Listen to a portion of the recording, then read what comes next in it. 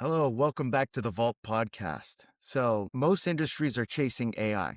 Supply chain is drowning in it. Tools, noise, dashboards, hype. But today's guest has a different take. He's built, scaled, and led GTM across some of the biggest names in logistics, from Uber Freight to Four Kites, and now reshaping how the industry actually operationalizes value, not just talking about it. The part I respect most, Chris, here is he's one of the few voices saying, simple beats sexy, execution beats theory, ROI beats everything at the end of the day. So, Chris Torrence with MapUp, welcome to the Vault. Welcome. Thanks, Hani, man. Appreciate you having me on this Monday morning here. Awesome. So, just a little bit about your journey and where you're coming from. You're not getting your mindset from SaaS Twitter. You've been in the Air Force. Tell us a little bit about your journey there and how you came to where you're at today. So Yeah, it probably sounds like a broken record since I've done these a lot. But yeah, I think in any industry, Hani, everyone's like, how'd you get involved in whether it's like it's cybersecurity or logistics for me? It started with an order, if you will, at the federal government level, DoD level. So yeah, finished some college, didn't know what I wanted to do, and wanted to fly planes like Maverick, and kind of was heading that direction. And then had a little bit of a vision issue that was preventative for me getting in the back of a fighter aircraft. And then my commanding officer at the time says, we really have a big need. This is circa like early 2000s, a lot going on in the world. yeah, And they said we're going to have a really big need for people that had understand logistics and supply chain, at least as the Department of Defense does it. And so I really got a ton of exposure, mostly in the Middle East region. And then, yeah, once I got out, man, you kind of sit there and go, well, was all that in vain, right? Is this something I could consider doing post military, either uniform, et cetera? And ended up getting a gig at a pretty well known firm in the logistics space called C.H. Robinson. And I guess the rest is history. I know you outlined a couple companies. And so whether it's been the government, corporate America, and really over the last 10 years, man, I got the itch to go into kind of the startup lifestyle. And I've, various sizes and stages of growth. But yeah, I've loved every minute, man. And I think we talked a little off camera a bit, but yeah, it's, with this AI boom and again, I'm a technology guy at heart, very bullish. It's interesting to see that, just what the impact has been at this very early stage, I would argue, of this AI cycle. So yeah, I hope we yeah, can talk a little more about that today. absolutely. It's some exciting stuff. So a lot of operators say they're data driven, right? I think you bring a completely different perspective here in your world. Like, mistakes really cost money, time, and oftentimes lives, like with this scenario. So I mean, how does that shape how you run teams today? Yeah, I mean, from just that standpoint, I think, yeah, the military experience, the largest melting pot that I've ever been a part of, in terms of just different cultures and nationalities, religions, you name it. The military, we're all just kind of a team of one. So I think that exposure was great as far as getting me in this idea of kind of like hearing various perspectives of a vantage point that you may not quite know. And so I think that at an early age kind of shaped a lot of me of kind of how I try to incorporate some of my own leadership. And just being able, not assuming I've worn a lot of hats functionally, and I've been at a lot of cool companies, but I never take for granted that new hire might have an idea that's worth further exploring. And despite their early tenure, I think I'm a big believer in the meritocracy mindset. Working at companies like Uber and meritocracy over hierarchy. I think that's how it was Yeah, phrased.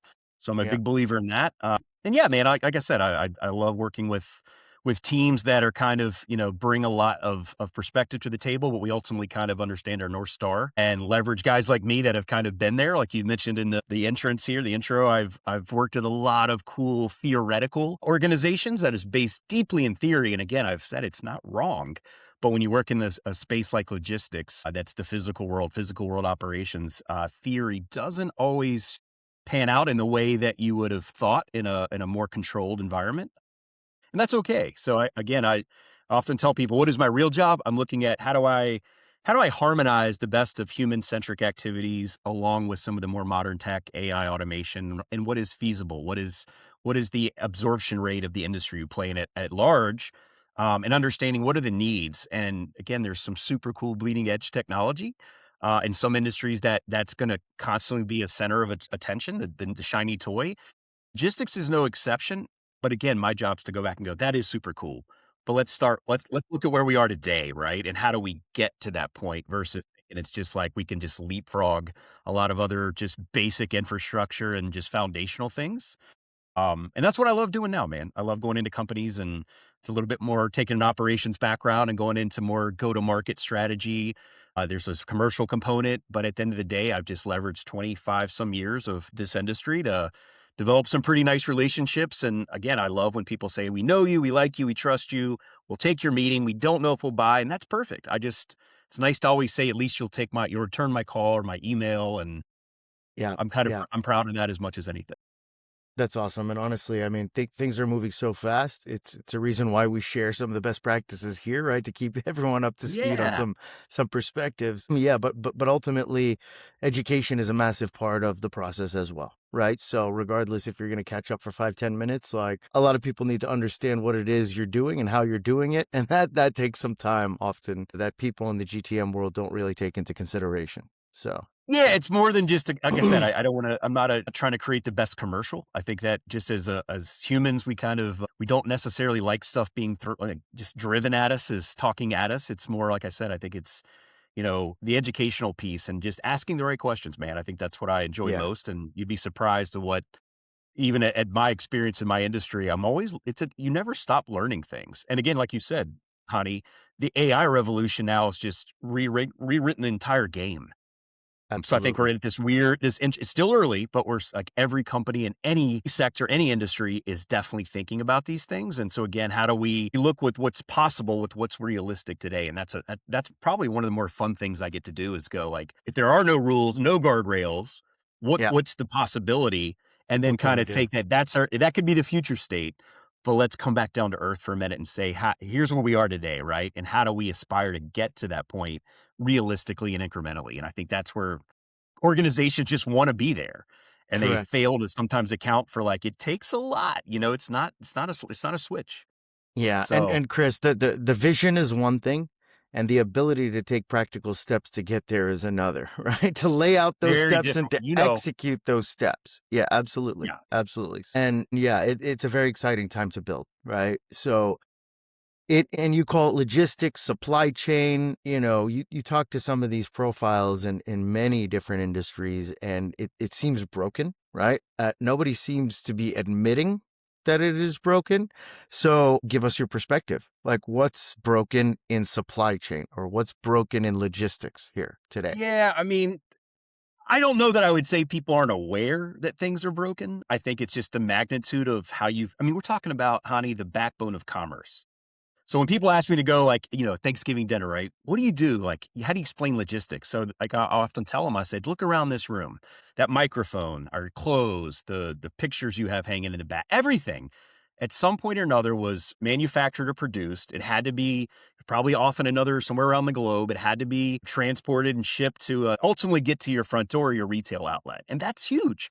And that's the physical world I mentioned earlier, where things happen outside our window every day that we can't possibly predict. And so I think that that's where when you're talking about logistics, yeah, there's a lot of broken pieces. It's been started. It's kind of like this. I think we understand again, like I said, the problem exists, but it's like this. How do you unwind this big ball of duct tape that somehow works? Somehow, when you get on Amazon or you go to Walmart or anything else, like it works. Is there opportunity for improvement? Absolutely. And I think when COVID hit, that really was the stamp that everyone in our industry was looking for as far as like just to get the message out. Because Yeah, again, it's like the air we breathe. If you go to the grocery store, you just assume you're going to have everything. And COVID taught us a lot of supply chain, the uncertainty and everything. It just said, hey, wait a minute.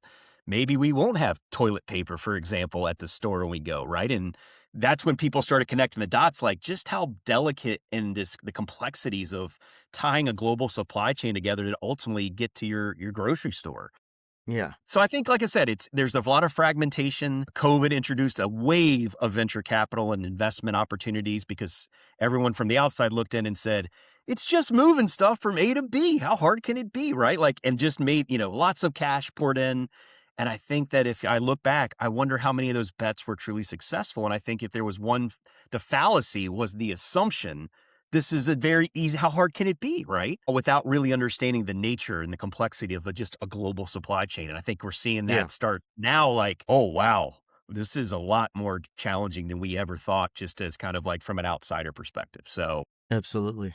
lots Absolutely. of There's more opportunity, though. there's I don't want to say that there will always have opportunity to improve things. And that's again going into this AI boomer. And I think that's another piece that everyone's trying to figure out, right? In every space, but we are no exception.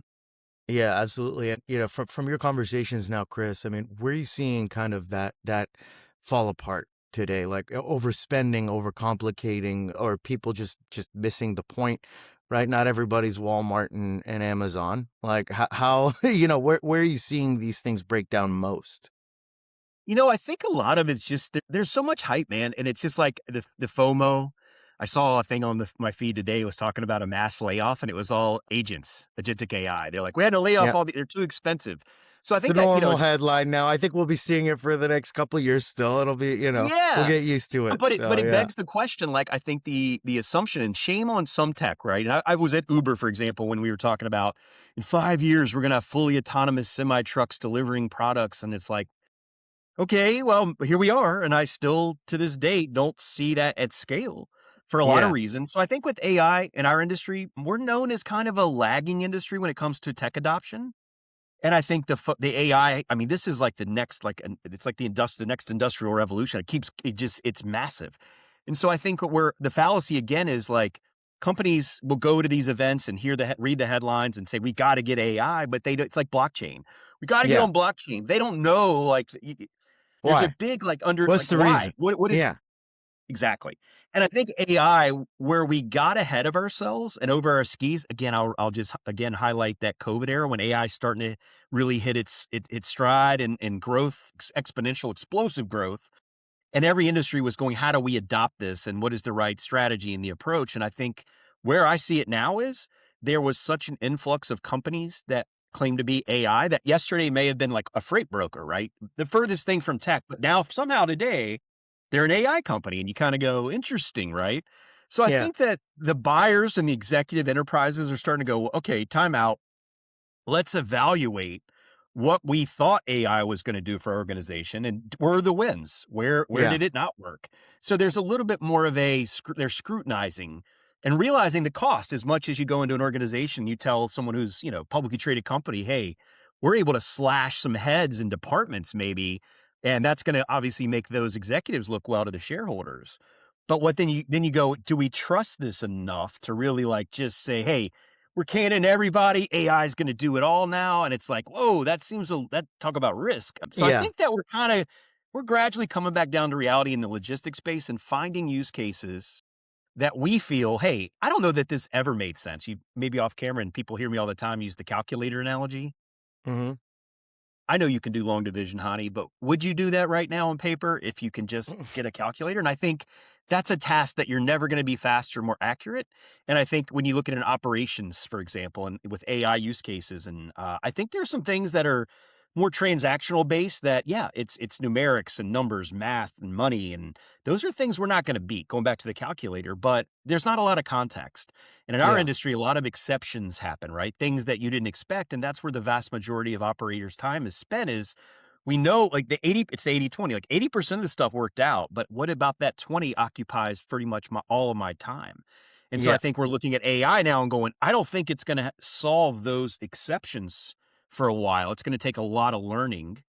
But let's go ahead and adopt it and implement it across the areas that we do feel are not that probably have never been a good use of time for humans. So Yeah. I think that's where we're at right now in terms of just how are we balancing it today?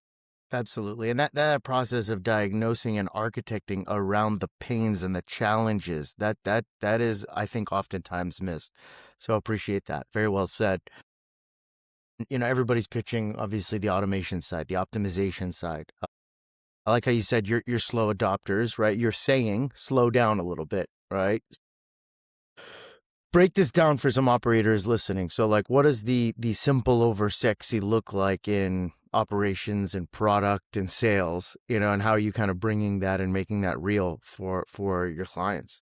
Yeah, I think it goes like I'm an analogies guy. And I like to get down to the use case, and I think most of the buyer, and if I'm wearing a sales or commercial hat, I think I talk to buyers all the time over like, grabbing a beer, and it's just like Chris, we want to ask you, man, we've had 11 on-site meetings this week with AI vendors, and we cannot tell the difference between one of them.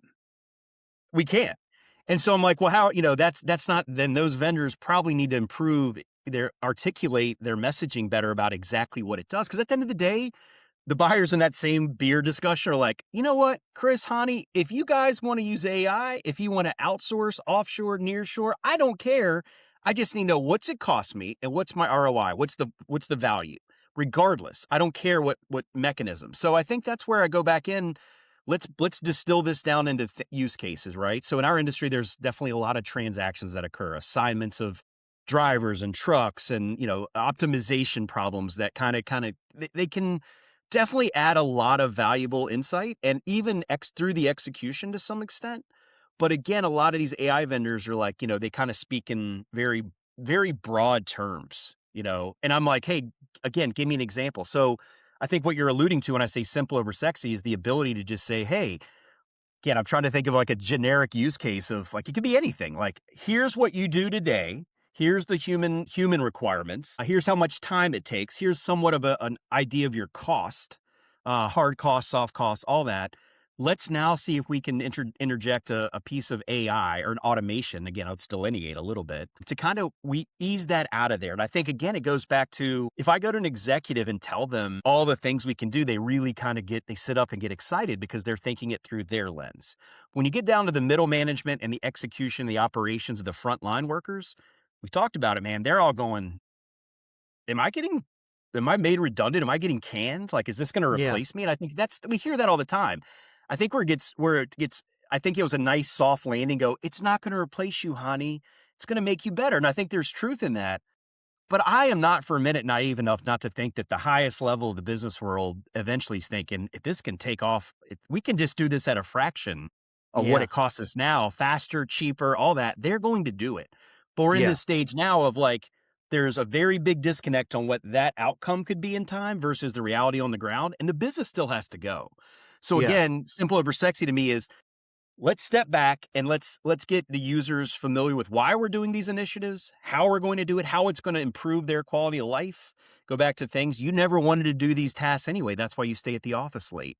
What if you Yeah. had a calculator that just did it all for you and allowed you as a human to really focus in on those things that I feel machines will not be ever good at? And that's things like this, right? Maybe they Yeah. will. I like to think the human piece is still relevant to some extent. So I think Yeah. that's where I Yeah. try to get buy-in. And then over time, they get used to you using your systems, your interface, all the applications. But I didn't throw the kitchen sink and say, we're going to do the entire network optimization on you, right?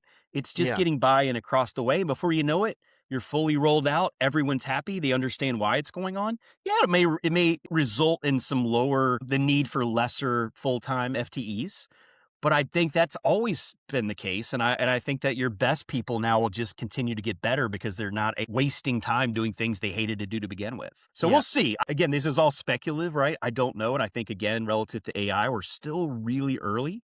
But as you noted, Honey, it's the acceleration. That pace is exponentially faster than any technology I think we've seen in history prior to this AI boom right now. So I don't Yeah. want to sit here and claim to know how it plays out.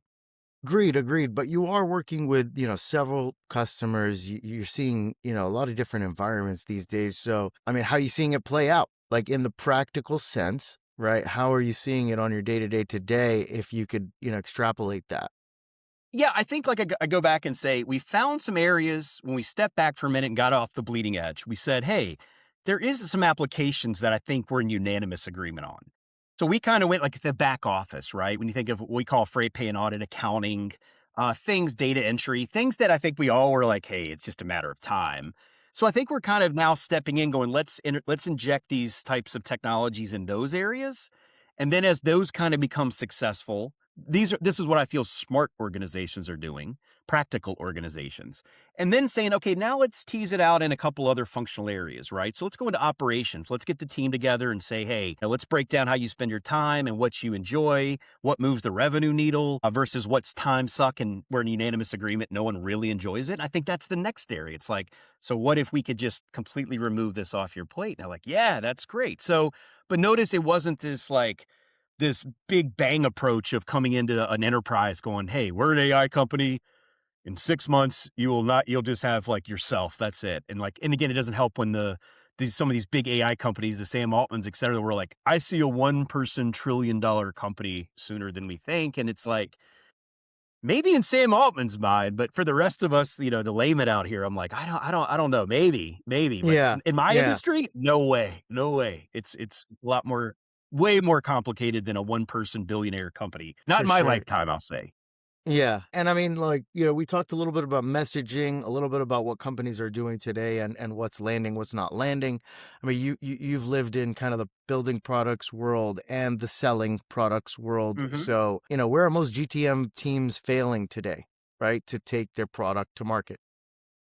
I think they first this is a loaded question, and Yeah. it's Yeah. subjective. My response Big will be one. very subjective. I would say that the biggest part is they're so busy evangelizing and pushing what their products can do, as in functions and features and, it's again, it's like a commercial, and I think you gotta be able to step back and going back to what I said, I think perspective is everything, and make that messaging more about the vantage point of the person you're selling into, right?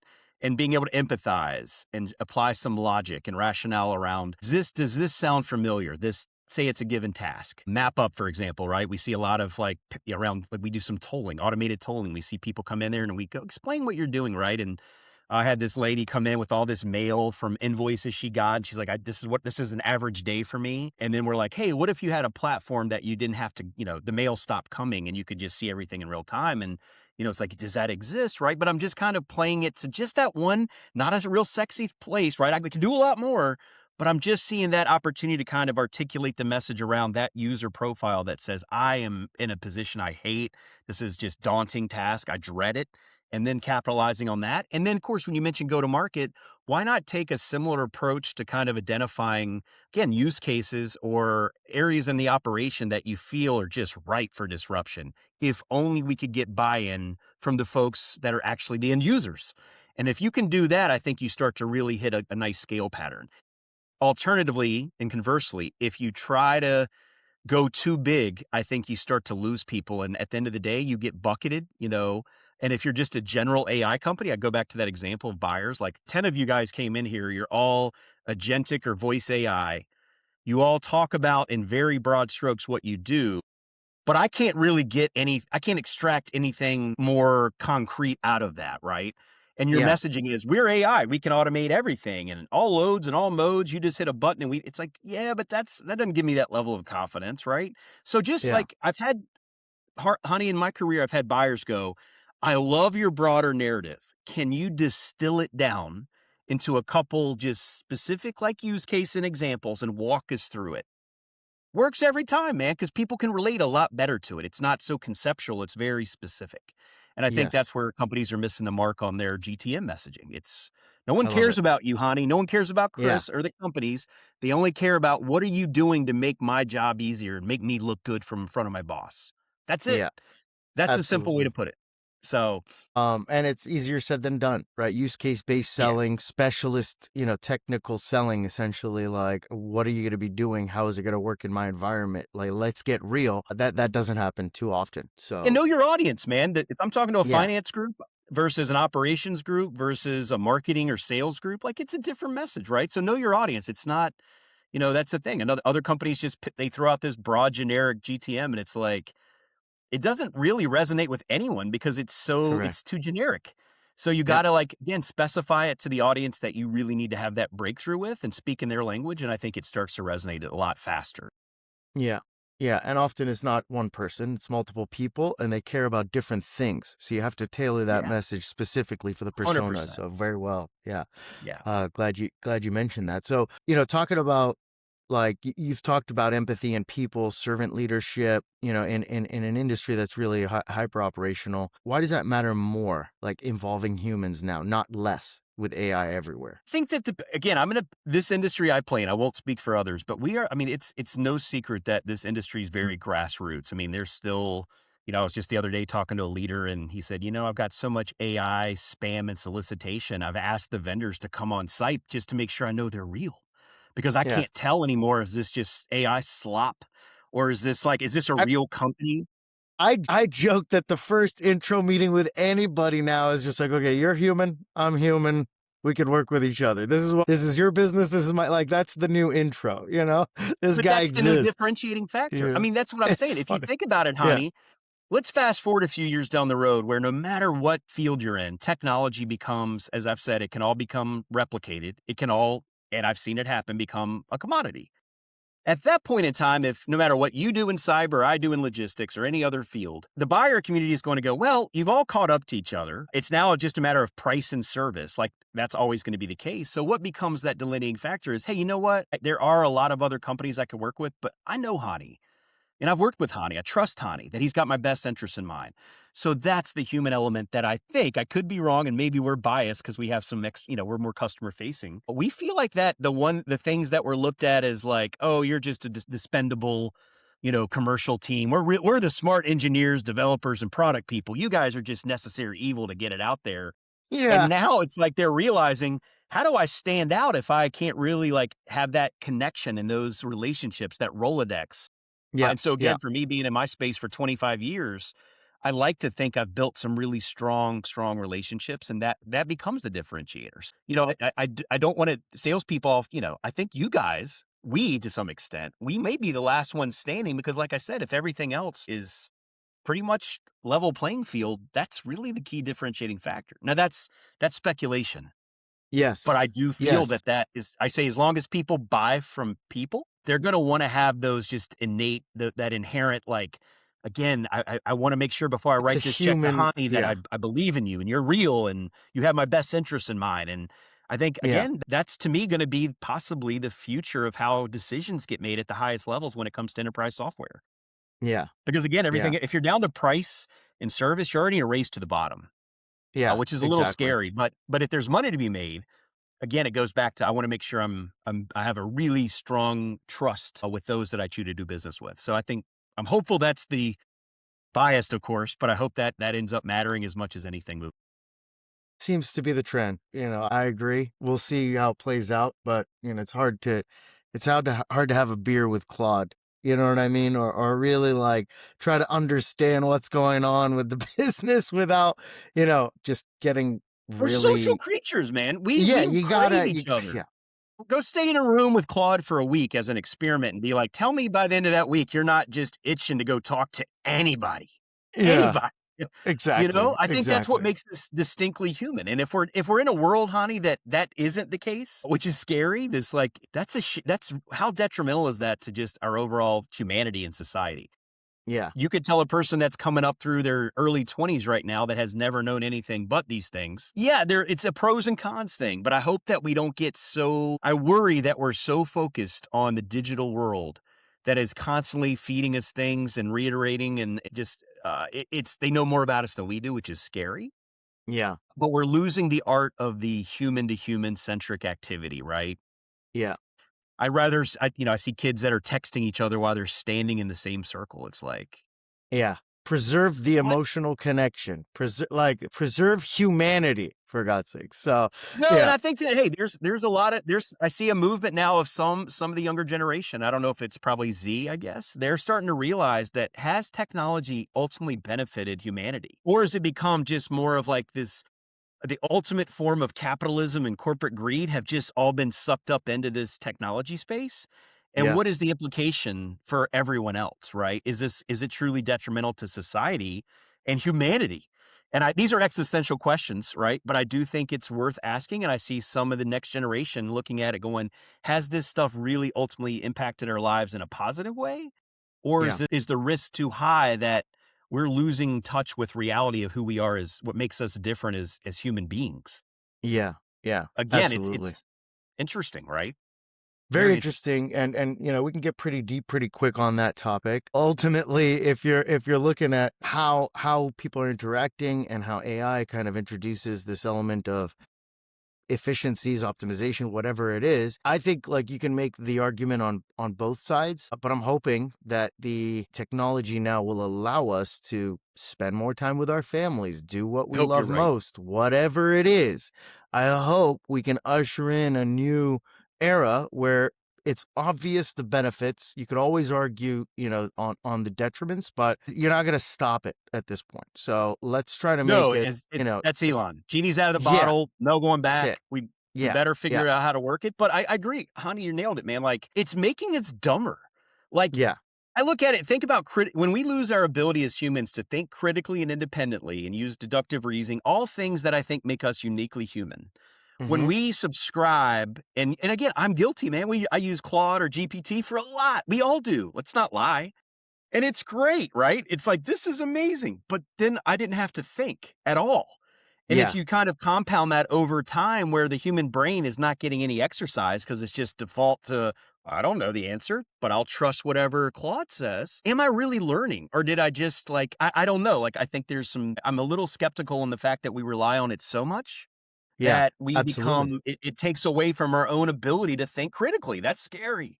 Yes, Very very. scary. But you got to learn in other areas. If you're saving the time on thinking, then, advance your mind in other areas, And I that's guess. full circle. When you asked me Yeah. about how I look at AI, I said, anything that we all deem as it's redundant, repetitive, mundane, stop, absolutely use it. But anytime you're Yeah. crossing into this level of where you're putting your entire trust and faith into an algorithm that has been programmed to respond in a way that they know that it's already catered to your own belief system, right? Correct. That's Yep. where it gets scary, right? Whether it's politics and global events, we're talking business here, but just keep getting broader, right? That's where to me it gets a little dicey. And like I said, I'm hopeful that we as the human species start to understand, hey, to your point, let's use it for all the things we don't want to do or don't consider a good use of our time. But when we have really major discussions, whether it's society related or business, whatever, right? Anything that has an impact on the human side of things, let's Yeah. think it through a little more. Let's ask those questions that maybe we don't want to ask. And let's be willing to sit in rooms with people with very diametrically opposed opinions and at least hear them out, right? I think that's hopefully what we continue to do as humans anyway. But when we're reinforced our own belief system by algorithms again that are just they already know us better than we do. It's so scary. You could say Exactly. I'll never It be is. manipulated by Claude. Yeah. You sure? You sure? Yeah. You You don't know know? if you already have. You Exactly. already have. Yeah. Exactly. Right. So Right. And that goes awesome, back to know Chris. we're not gonna get into cyber discussion, but we need to start thinking about security, right? Like, Yeah. Yeah. you saw Yeah. where AI's been, Anthropic, I think I think Trump and the administration were kinda like, "Hey, let's take a pause on having Anthropic over, like, national security." And what I found was like, at least the research I did was like the Claude effectively, or whatever version of that through the NSA and other just anything deemed as critical to national security.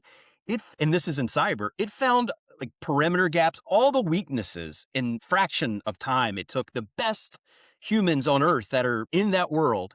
And it already identified all the vulnerabilities in a matter of, minutes and Yeah. then repaired them. So is that a Yeah. good thing? Well, it's good if that's makes our defense systems better, but what happens if when AI starts to go, well, I think we got it from here. I don't know. We need the humans too much. That's Yeah. the dystopian piece. But like that's where we're at. Like we need to be asking Well, these well, questions. today, and the most recent update on Anthropic Mythos is the name of the Yes, solution that they mythos. Yeah, yeah, released. They did Glasswing Project, which is like a consortium of these big cyber companies, right? yeah. I know them very well. I bet And the fear after them finding these vulnerabilities is, what if you could use this technology for the opposite effect, right? Getting into a system, hacking it. I mean, if it's as good as it is doing what it's doing right now, then you could use it for bad. And that's the fear. So they actually paused, or they're slowing down. I think as of today or this weekend, I read something about how they're starting to basically like pump the brakes a little bit on releasing some of this stuff. So it's what I it's call real. the duality of it all, right? And like we said, I mean, AI could cure cancer, but in the wrong hands, right? It creates the most destructive. It could kill humanity in the wrong Yeah. hands. We know that, right? And I mean, that's you could also easily create cancer. It's a you could two-sided create coin. another, and You know what I mean? isn't that so? What Yeah. does it come down to, Hani? What are we really getting at? It's like one of the latest Tom Cruise like Mission Impossible. The entity was basically the premise. This is not even the newest I one. saw that. Yeah, You know what I yeah, mean? It was yeah, AI. yeah, Which yeah, world power controls the entity? yeah. Mm-hmm. Because that in turn, in the movie at least, Hollywood's version equals world domination. Yeah, And so it's yeah. that far fetched. Could I it don't know. happen? We're seeing some interesting things play out to suggest otherwise now. And what do we So not yeah, know, right? Like and yeah, again, I'm not going to go conspiracy theory here, but I just like yeah, this is a lot to absorb. And I'm a dad, right? I have kids, so I'm like, I don't know what's coming. And I'm sure every There's no more generation thinks that. conspiracy. We're saying everybody says there's no more conspiracy theories anymore. Okay, it's just an educated guess here It's half an the educate time. I like that. So I'm gonna use that. Yeah, we're just all making a somewhat educated guess. We don't really know. Yeah, yeah, yeah. we But could then what is deduce some truth then? Then we things. then we get real deep. What is truth? Yeah, exactly, exactly. Right. Let's get AI on that. Yeah, Cool, exactly. Chris. Well, let's bring it to a head here. I have a rapid fire session at the end. It's Okay, a yeah. hopefully it won't be so repetitive, but let's go one one after the other back to back. Biggest lie in supply chain tech. The magic bullet exists. That's a lie. There's yeah yeah There's a magic bullet that just solves it's multifaceted, complicated, complex.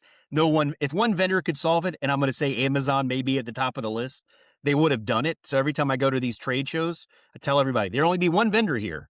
But you see, yeah there's probably 1,000, and that's because yeah. no one's cracked the code for the whole thing. So that's a lie. Anybody that says we can do it all, I'm skeptical. I love it. And what's one metric every CEO should actually care about? I mean, other than the basic like revenue and just financially related things, I think they Maybe should. it's I think revenue. I mean, I don't know. It's Revenue's yeah. the answer. That's the obvious answer. I think there's another one though, and it goes back to this conversation, like just overall employee sentiment around AI. Like, dare Mm, I say there's a such thing as an anonymous survey anymore, but I do think more companies should start to really internally probe the employees and say, like, are you fearful? Are you excited? What worries you? What excite like all those it's a lot of emotions. So I wish more companies would it's so relevant and pertinent to today. I think it'd be good to know like if I'm an executive about to make a big investment in AI initiative, which by the way, most I think in my industry fail to launch in production. Why is that, right? And it was that fear. And so should the company have gone back culturally and said, let's get a town hall and talk about we're really like we for the survival of the business, we have to make these investments. But before we sign any dotted line, we'd love to kind of get an open conversation and dialogue around what each of you in various functional areas, what are your thoughts? Let's just have an open discussion.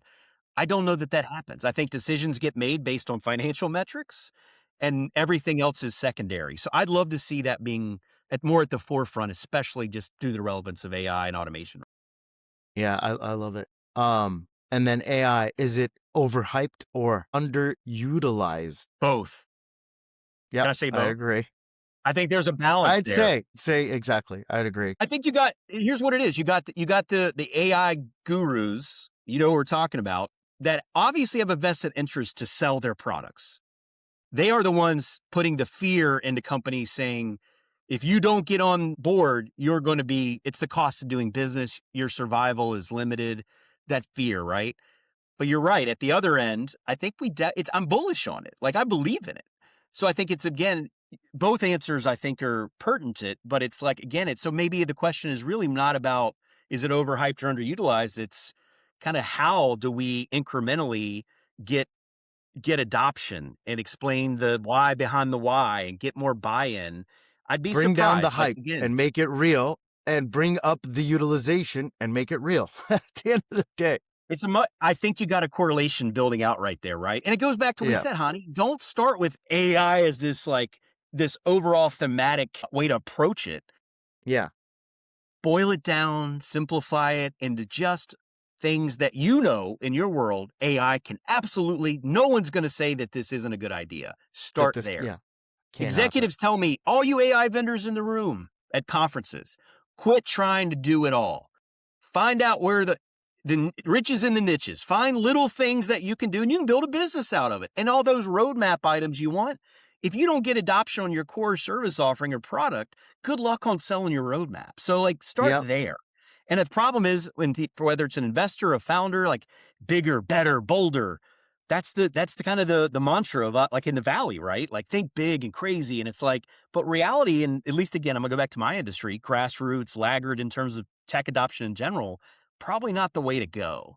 And that's Yeah. unfortunately a lesson many young founders have learned as they try to penetrate supply chain is, if you can't tell me something, just keep it simple, stupid, right? Like Yeah. then I'm Yeah. listening, then I'm trusting you. All that takes time to build instead of going full in and then realizing you burnt all the capital you raised, you burned it trying to market this message around what you can do. And no one cares because they're like, you haven't been able, Hani, you can't even tell me in a simple sentence one real use case and how you make that, how you automate it or you augment that. Start there, right? Instead Yeah. of going fast forwarding to the end of the entire movie, and that's all speculative anyway. Yeah. So, Yeah. Yeah. So back to basics, and I love what you said. Riches in niches. So I'll say it clearly and slowly in the mic. I love that one. And yeah, of course the old adage, KISS, keep it simple, stupid, an important one. So, I'm not selling um, into PhDs typically, man. You don't need to have an Ivy League degree, and that's not a knock on my industry. I think that's most people. So I think that those that come in and try to like overcomplicate the messaging or the product, right? Like this thing's been over coded and over designed. It's like this is to come back, right? Go back to the Apple yeah, model. The whole reason, right? We started with the customer and then worked the product in from there. And I think that gets missed because everyone's caught up in the race. We got to be better and faster, and I think at the end of the day, the buyer community's heads are spinning going, I tell you what, why don't all you guys go back to home base and then come back to me when you can have a better message that I can actually yeah. understand and it resonates. We're definitely in the middle of kind of a reset in that Yeah. respect for sure. That's good. It was time. It was time. Yeah, yeah.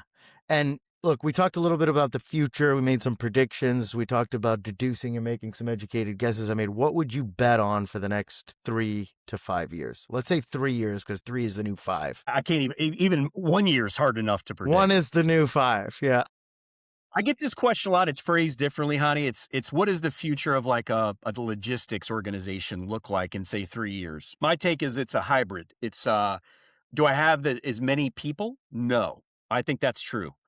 Do I have the best people? I would like to think you do. And I think, again, I've augmented, if not fully automated, things that didn't drive revenue, which we know is the most important metric. I think we're kind of in an office where, again, Hani and Chris sit there as operational experts. We handle things that the machines haven't, nuance, right? And tribal knowledge that it just takes time. And like I said, in my world, it's physical, what's happening outside your window, which you can't always predict. So I think that's where you kind of get to that less people doing more. Yes, I think that's an ongoing message.